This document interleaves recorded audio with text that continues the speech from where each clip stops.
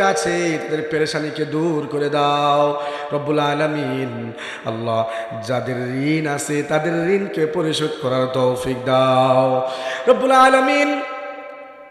তোমার এক প্রিয় বান্দা, তোমার প্রিয় বান্দা যদি না হইতো, তাকে তুমি কখনো হক্কানি আলেম হিসেবে কবুল করতে না, তুমি তার দ্বারা এই দুনিয়ার খেদমত নেওয়াইতে না, কোরআনের তাফসীরের মাহফিলে তুমি তাকে কথা বলার সুযোগ দিতে না।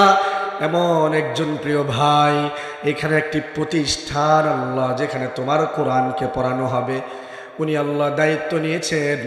আল্লাহ, আমাদের সন্তান যাদেরকে এখানে আমরা দিব, উনি যেন আমানতকারিতার সাথে প্রত্যেকটা সন্তানকে ভালো হাফেজ এবং আলেম হিসাবে আল্লাহ গড়ে তুলতে পারেন, তুমি তাকে তৌফিক দাও রব্বুল আলামিন। এই মাদ্রাসাকে তুমি কবুল করে নাও আল্লাহ। যত হাজত তুমি গায়বী খাজানা থেকে পূরণ করে দাও রব্বুল আলামিন। এলাকার মানুষগুলোকে মাদ্রাসার প্রতি আকৃষ্ট করে দাও রব্বুল আলামিন। আমাদের প্রত্যেকের এই পরিমাণ অর্থ নেই যে আমরা তোমার ঘরটা জিয়ারত করব, মনে বুক ভরা আশা আল্লাহ, জীবনে একটা বার হলেও দুইটা চোখে তোমার কালো গিলাপের ঘরটা একটা বার যেন দেখতে পারি আল্লাহ। আল্লাহ, তুমি তো ধনী, আমরাই তো গরিব। আল্লাহ, আমাদেরকে সম্পদশালী বানায়া তোমার ঘরটা জিয়ারত নসিব করে দাও রব্বুল আলামিন।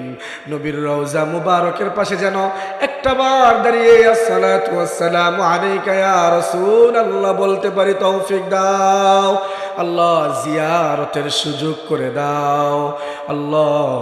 তোমার ঘরখানা বারবার যাওয়ার তৌফিক দিয়ে দাও আল্লাহ। আমাদের দোয়াকে তুমি কবুল করে নাও। যা চাইতে পেরেছি, যা চাইতে পারি নাই, সব কিছু আমাদেরকে দিয়ে দাও। রব্বানা আতিনা ফিদ দুনিয়া হাসানা ওয়া ফিল আখিরাতি হাসানাতাও ওয়া কিনা আযাবান নার।